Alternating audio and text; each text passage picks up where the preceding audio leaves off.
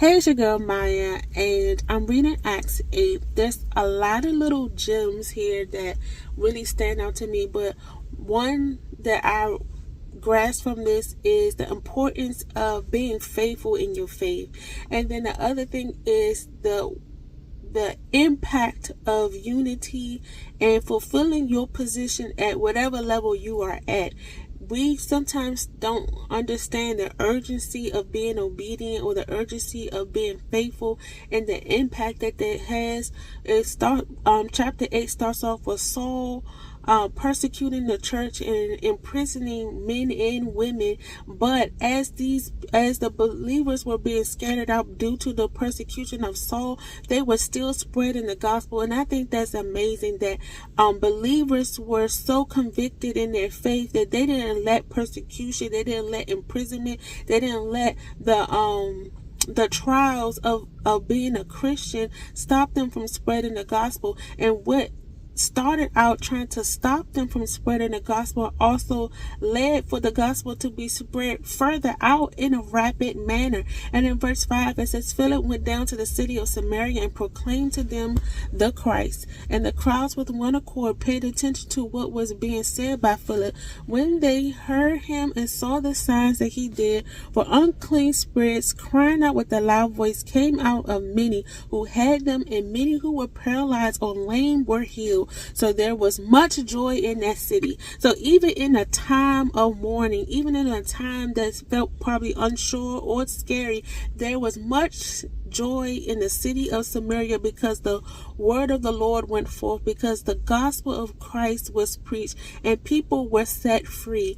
In the times of darkness, the light will always prevail. In the time of darkness, Jesus will always be the answer. He will always show up for his people. So we can't let times of discouragement take us off our post, take us out of seasons and moments of faithfulness. Our faith in Jesus Christ shall always stand. And because what tried to take people out of position and serving the Most High God made the gospel go forth. And I think that's so great. I just lavish in the fact that we don't understand sometimes the power of unity and each person playing their part. The believers shared the gospel on the level they were at. Philip, he went out and he shared the gospel, but it was also using the power and authority he was granted to cast out spirits and to heal the lame and the deaf, and the paralyzed and the lame. And then later, because the gospel has went out to Samaria, the apostles came to lay hands on them that they may receive the Holy Spirit. So we should always embrace the level that we are at now, wherever God has placed us, and to be faithful in that, to serve the Lord with all our heart, with all our mind, with all our body, and that whatever is to take place after we have done what was asked of us shall take place. It's not saying that everything will happen through our hands. God may just be calling you to plant the seed of the word in someone's heart. God may be calling you to just encourage somebody, and somebody else may come back and help them to receive salvation, to help them to be discipled. We need to just be faithful at the level that the Lord has called us to. But because everybody did their part, because everybody remained in faithfulness, many people were saved, many people were delivered, many people were set free. And then after Philip did his job there with the Samaritans, he was then sent to the Ethiopian eunuch and was able to explain the passage from the prophet Isaiah to him and baptize him, and the Lord took him off to somewhere else. And so what am I saying? When the Lord tells you to go and do something, it's important to do it in that time. It's important to be faithful in that time, because lives are impacted in real time. And especially when it came to the eunuch, because he was only in town in Jerusalem to worship. He was on his way back to his hometown. So had Philip not obeyed the word of the Lord in the moment that he told him, listening for the instructions, once he got to the destination, a great opportunity would have been missed, especially since this eunuch had a great power and authority, being the eunuch of Queen Candace.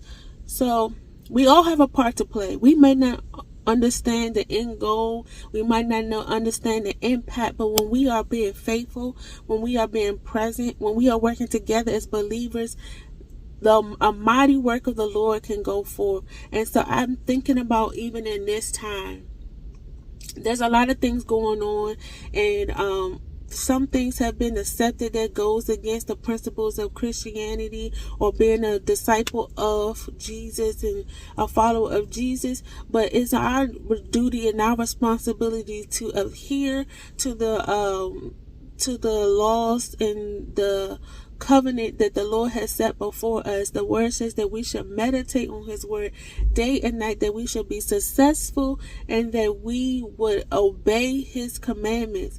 And so when we are putting God first, even the things that try to did not work out for our good, the Lord turns those things around, and he still gets the glory out of it.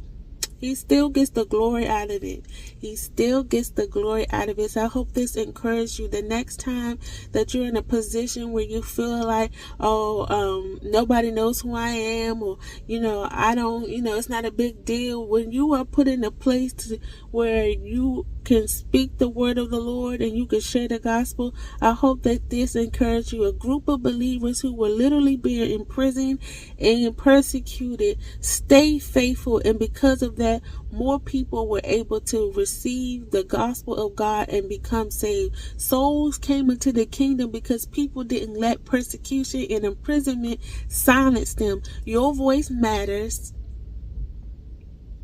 Your voice matters. Your influence matters.